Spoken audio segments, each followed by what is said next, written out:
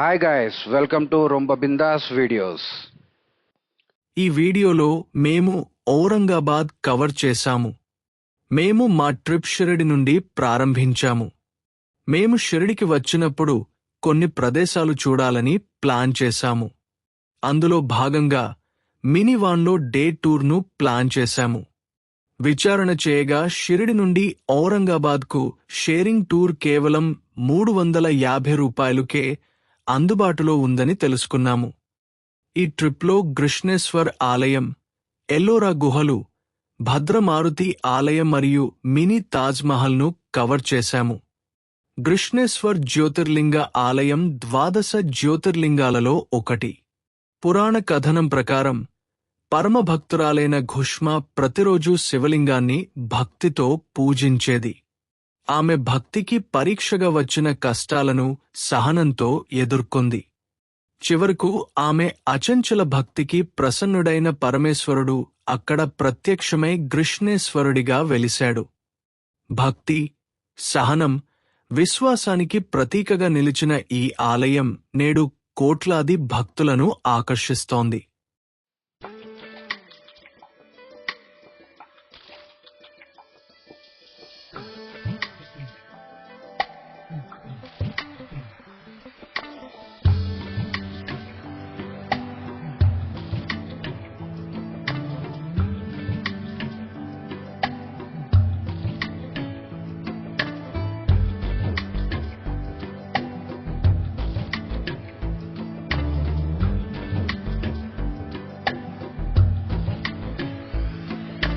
తర్వాతి ప్రదేశం భద్రమారుతి ఆలయం. ఎంతో ప్రసిద్ధి చెందిన హనుమాన్ ఆలయం.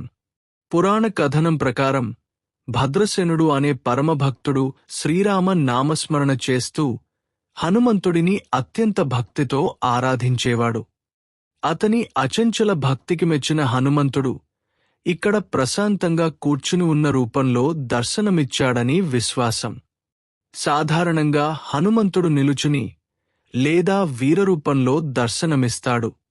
కాని ఈ ఆలయంలో మాత్రం ఆయన శాంత స్వరూపంలో ఆశీర్వదించే భంగిమలో దర్శనమిస్తాడు.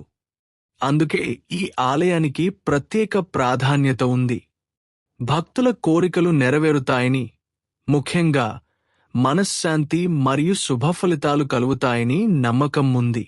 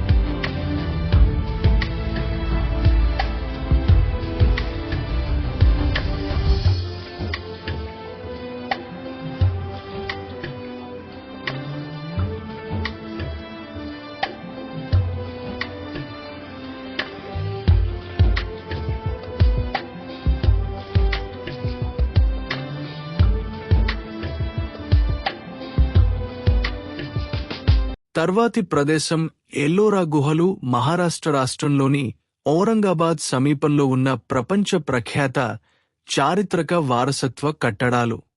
ఇవి క్రీస్తుశకం 6వ శతాబ్దం నుంచి 10వ శతాబ్దం మధ్య కాలంలో నిర్మించబడ్డాయి. సహ్యాద్రి పర్వత శ్రేణుల్లో రాతిని చెక్కి నిర్మించిన ఈ గుహలు భారతీయ శిల్పకళకు, ఆధ్యాత్మికతకు అద్భుతమైన ఉదాహరణగా నిలుస్తాయి. యునెస్కో వరల్డ్ హెరిటేజ్ సైట్గా గుర్తింపు పొందిన ఎల్లోరా గుహలు ప్రపంచవ్యాప్తంగా పర్యాటకులను ఆకర్షిస్తున్నాయి.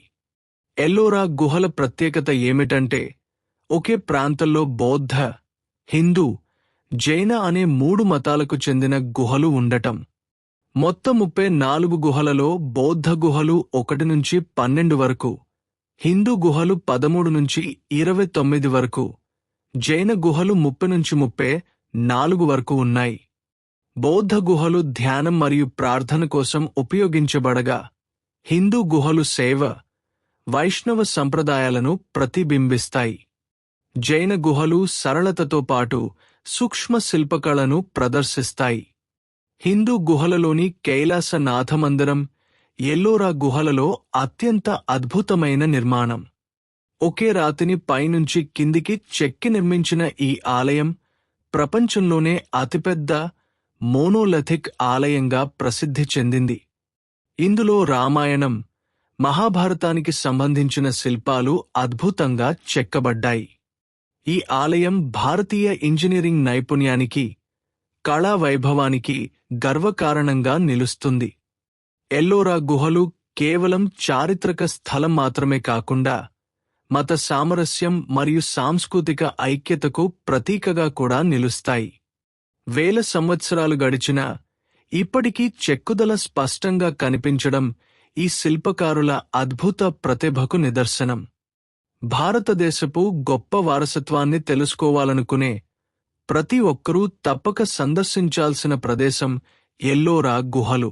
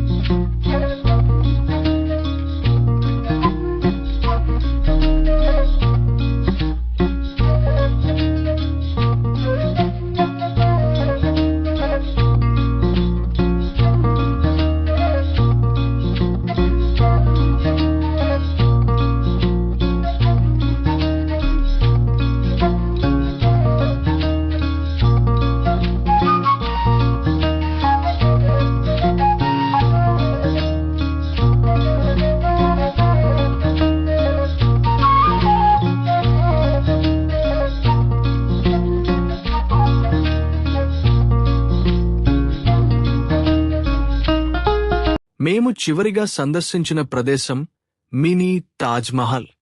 ఔరంగాబాద్ సమీపంలో ఉన్న మినీ తాజ్ మహల్ అధికారికంగా బీబీ-కా మక్బరాగా ప్రసిద్ధి చెందింది. ఇది మొఘల్ చక్రవర్తి ఔరంగజేబు తన ప్రియ భార్య దిల్రాస్ బానో బేగం స్మృతిగా నిర్మించిన స్మారకం. ఆగ్రాలోని తాజ్ మహల్ను పోలి ఉండటంతో దీనిని మినీ తాజ్ మహల్ అని పిలుస్తారు. తెల్లటి గుమ్మటం, సుందరమైన తోటలు ఈ కట్టడాన్ని మరింత ఆకర్షణీయంగా చేస్తాయి. ప్రేమ, స్మరణ, మొఘల్ శిల్పకళకు ప్రతీకగా నిలిచిన ఈ స్మారకం పర్యాటకులను ఎంతో ఆకట్టుకుంటుంది. మేము మా ప్రయాణాన్ని విజయవంతంగా పూర్తి చేసుకుని ఆనందంతో నిండిన హృదయాలతో, అందమైన జ్ఞాపకాలతో ఇంటికి తిరిగి వచ్చాము. మేము సందర్శించిన ప్రదేశాల నుండి మేము పంచుకున్న అనుభవాల వరకు ప్రయాణంలోని ప్రతి క్షణం మా ప్రయాణ కథలో ఒక ముఖ్యమైన భాగంగా మారింది. ఈ వీడియో చూసినందుకు ధన్యవాదాలు.